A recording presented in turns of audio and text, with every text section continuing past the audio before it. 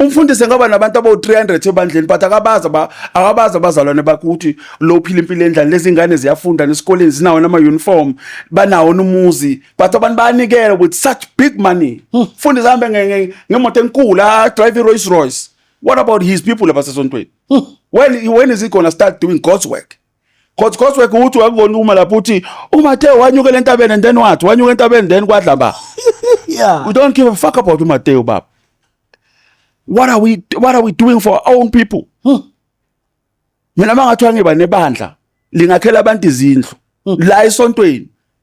Umzalwane ufanele sime ne database yakho ukuthi uphumaphi uphila kanjani ekhaya uba usebenzayo niphila ngane ekhaya. Ukuze lo mnikelo mawungena we know ukuthi uhalfa lo mnikelo we need to take care of this and this and this and this zase esontweni abantu bala esontweni abeze bejabule bayazi ukuthi what we giving to the church iyakhona ukusiza abantu bala ibandleni. Izingane ziyafunda. Yabo awukwazi ukuthi ingane ziyasonta abazali bazonikela ngemali yokugcina but ingane ena ama uniform but niyasonta niwenza nomsebenzi kaNkuluNkulu.